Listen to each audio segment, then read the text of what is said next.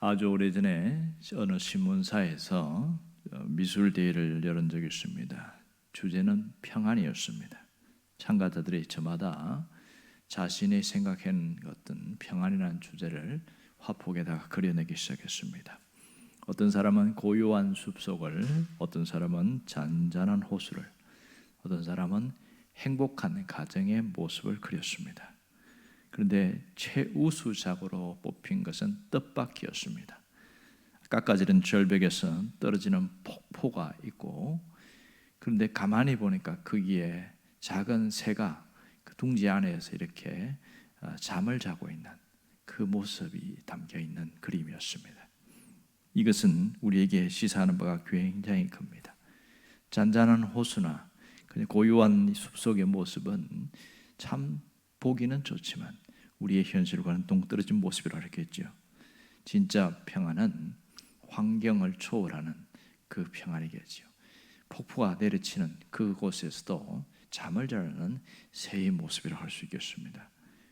오늘 본문은 예수님이 십자가 지시기 바로 전날 밤에 제자들에게 한 말씀입니다.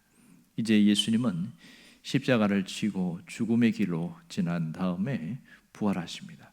하지만 제자들은 이것을 이해할 수 없었던 것이죠.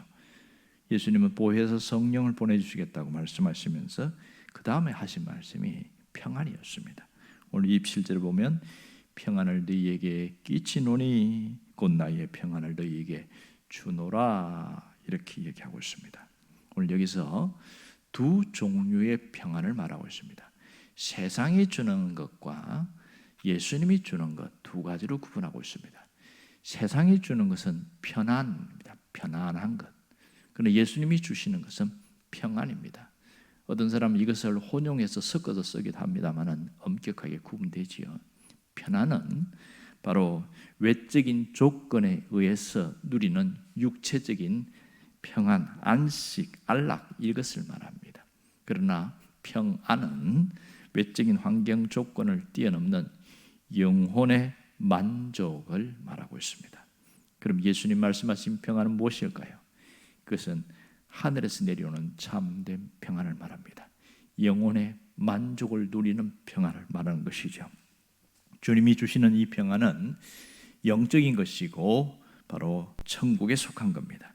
그래서 세상이 줄 수 없는 것이라고 말하고 있습니다. 그래서 이 세상을 사는 동안 우리가 잠시 이것을 누릴 수 있도록 보여주는 것, 이것이 바로 예수님이 말씀하시는 평안이었습니다. 많은 사람들이 오해를 하고 살아가고 있습니다. 평안을 빼앗기는 것은 나쁜 환경이나 고난 이런 것이라고 생각합니다. 하지만 우리의 평안을 빼앗아가는 것은 성경은 죄라고 이야기하고 있습니다. 인간의 죄는 평안만 빼앗아가는 것이 아니라 하나님과 등진 모습으로 살아가게 만듭니다. 이 평안이 빼앗기고 마음이 불안해지니까 공포와 늘 불만족에 시달리게 되는 것이죠. 그리고 또한 근심, 걱정으로 살아가게 되는 겁니다. 이것이 어디서 시작되었느냐 하는 거죠. 성경은 사람의 근심이나 걱정, 염려의 근본은 영혼에서 시작되었다 이렇게 말하고 있습니다. 사람의 불안과 근심, 걱정은 영혼에서부터 시작됩니다. 영혼이 불안하면 우리 마음도 똑같이 불안합니다. 영혼이 편안하면 우리 마음도 편안해집니다. 우리의 삶에 보면 영혼의 모든 것이 좌우한다는 것을 이야기합니다. 여러분, 이 영혼이 불안해지면 아무리 좋은 것을 갖다 주어도, 아무리 맛있는 것을 주어도 만족이 안 됩니다. 왜냐하면 불안하니까요. 그러나 영혼이 잘 되면 성경이 말한 것처럼 이 마음이 평안해지고 몸도 좋아지고 행동도 가볍습니다. 범사에 잘 된다. 요한 3서의 말씀대로입니다.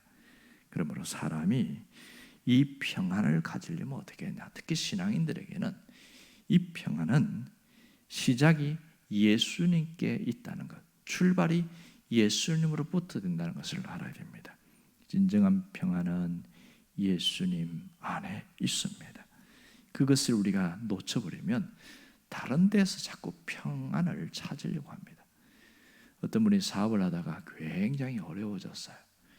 그래서 마음이 쭉 처져가지고 방법도 없고 방향도 보이지 않고 암담한 속에서 너도 터덜터덜 주일날 교회에 왔습니다.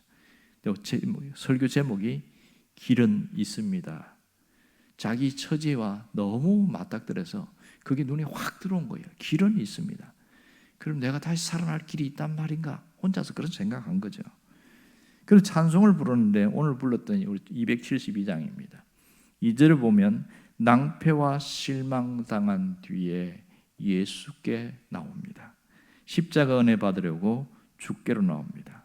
슬프던 마음이 위로받고 이 생의 풍파가 잔잔하며 영광의 찬송 부르려고 주께 옵니다. 이 찬양을 부르는데 그렇게 눈물이 나오더래요. 내가 왜, 어떻게, 무엇이 이 세 가지 질문에 대한 것이 싹 다 풀려버리더라는 거죠. 내가 다른 데서 편안하고 그래서 여행도 가고 골프도 치고 이렇게 했는데 그 다 필요 없는 것이구나. 이 진정한 평안은 예수님께 있구나. 그러면서 주님, 내가 마음이 불안해요. 내가 근심이 생기고 내가 또 두려움이 생기고 앞으로 어떻게 될지 무섭고 이런 얘기를 쭉 한 거예요. 어느 순간 갑자기 마음이 차분해지더니 그 두려움이 싹 사라지고 막 떨리는 그 불안함 있잖아요. 그게 싹 사라지더래요. 그 목사님의 설교 속에 내가 길이요 진리요 생명이니 그 말씀의 핵심인데 그 가운데 뭐라고 그러냐면 요한복음 14장 1절처럼 너희 마음에 근심하지 말라. 하나님을 믿으니 또 나를 믿으라. 그 말씀이 얼마나 크게 와닿는지 하나님이 내게 하시는 말씀처럼 와닿은 거죠. 내가 하나님을 제대로 믿지 못했구나. 거기에서 자신이 돌아보게 되어진 겁니다. 여러분, 정말 우리의 진정한 평안은 예수님께 있다는 것을 알아야 됩니다. 인식으로 끝나는 것이 아니라 깨달음이 와야 돼요. 예수님께로 가야 된다는 것. 그것을 붙들지 않으면 우리는 늘 불안에 시달리고 염려에 시달립니다.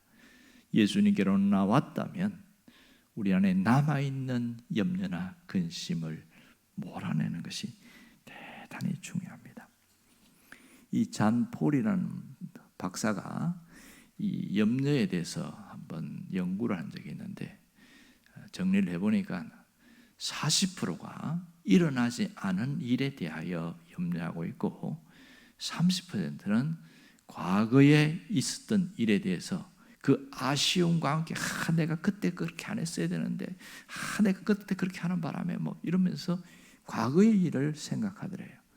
그리고 12%는 대다수 건강에 대한 것을 염려하고 있다는 겁니다. 지금 당장 일어나지 않았는데 암 아닌가? 이런 생각도 하고 계속 그렇게 하다는 겁니다. 그러면서 그분이 정리했는데 근심과 믿음에도 정리했어요. 근심이라는 것은 아직 일어나지 않은 사건을 받아들이는 것이고 믿음은 아직 일어나지 않은 축복을 믿는 겁니다. 기가 막히지 않습니까? 근심은 아직 일어나지 않은 일을 받아들이는 것이고 믿음은 아직 일어나지 않은 축복을 믿는 것이다. 여러분, 행복을 믿으면 행복해지고 불행을 믿으면 불행해집니다. 근심 걱정을 떨쳐버리는 비결은 주님을 믿는 것밖에 없습니다. 생명의 주인은 하나님이시다. 죽고 사는 문제는 하나님께 있다. 그러고 나서 그분 앞에 무릎 꿇고 나가는 사람은 어떠한 불안도 염려 근심도 그를 사로잡을 수가 없는 것이죠.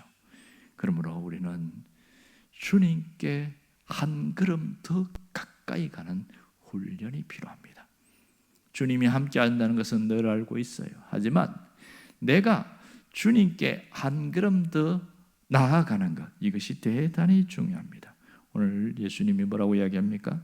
나의 평안을 너희에게 주노니 내가 주는 평안은 세상이 주는 것과 같지 않다. 이렇게 이야기하고 있습니다. 여러분, 분명한 것은 예수님을 가까이 하면 할수록 평안이 찾아옵니다. 하지만 세상을 가까이 하면 할수록 더욱 불안해지고 염려와 근심이 우리를 사로잡게 된다는 것을 알아야 됩니다. 이 단순한 진리가 우리 신앙생활에 중요한 영향을 주고 있습니다. 살다 보면 우리의 평안을 빼앗아가는 일이 너무 많습니다. 우리를 걱정에 휘말리게 하는 일들이 너무 많습니다. 걱정을 넘어서 초조함과 분노 속에 사로잡게 만드는 일들이 너무 많습니다. 이때 우리가 이것을 뛰어넘을 수 있는 것은 주님밖에 없습니다. 환경을 내가 바꾸지 못한다면 내 마음을 바꿔야 됩니다. 사람의 마음을 바꾸지 못한다면 주님께서 역사하길 부탁하는 것이 중요한 것이죠. 요한복음 16장 33절에는 아주 중요한 얘기를 하고 있어요. 이것을 너희에게 이르는 것은 너희로 내 안에서 평안을 누리게 하려 함이라. 세상에서 너희가 환난을 당하나 담대하라. 내가 세상을 이겼노라. 주님은 십자가를 바로 두고서도 나는 세상을 이겼다 이러면서 아주 담대하게 나아갑니다. 이것이 주님이 주시는 진정한 평안의 실체인 겁니다. 주님과 가까이 하면 할수록 세상을 이기는 능력이 우리에게 흘러들어오게 되는 겁니다. 여러분, 더 이상 염려에 시달리지 않기를 바랍니다. 근심이 나를 사로잡지 않기를 바랍니다. 내가 할 수 있는 일은 하지만 할 수 없는 일은 주님이 역사하도록 철저하게 맡기는 게 필요합니다. 이게 위탁이라고 합니다. 위탁. 주님이 역사해 주세요. 심지어 원수 갚는 것도 내게 맡기라 이렇게 이야기하잖아요. 왜냐하면 그것마저도 주님이 역사하신다는 거예요. 주님이 움직이면 놀라운 일이 있습니다. 이것이 진정한 신앙인의 모습이라고 할 수 있습니다. 이 위탁 속에 철저한 내가 주님께 굴복되는 것, 엎드러지는 것, 낮아짐이 그 속에 있습니다. 그때의 주님의 역사를 내가 볼 수 있는 것이죠. 우리는 눈에 보이지 않는 하나님을 보이는 것처럼 믿고 살아갑니다. 하나님이 눈에 보이지는 않지만 하나님의 역사는 분명히 나타납니다. 바람이 눈에 보이지 않지만 바람이 불면 나무가 흔들리는 것을 통해서 바람이 있다는 걸 압니다. 하나님의 역사심을 통해서 하나님의 살아계심을 우리가 알 수 있는 것이죠. 내적으로는 우리 안에 있는 진정한 평안을 통해서 하나님이 내 안에 계시고 나와 함께 하시고 나를 이끌어 가신다는 것을 깨닫게 되어집니다. 이것을 누리게 될 때에 이길 수 있고 하나님의 역사가 나타남을 경험할 수 있게 됩니다. 수많은 문제들 속에서 주님이 주신 평안으로 모든 것을 짓눌러 버리고 이겨낼 수 있기를 바라며 하나님의 역사를 바라봄으로써 하나님의 일하심을 통하여 주의 능력이 나를 통해서 우리 삶 속에 나타나고 결국은 하나님께 영광에 돌아가는 이 놀라운 역사의 길을 간절히 바랍니다. 기도하겠습니다.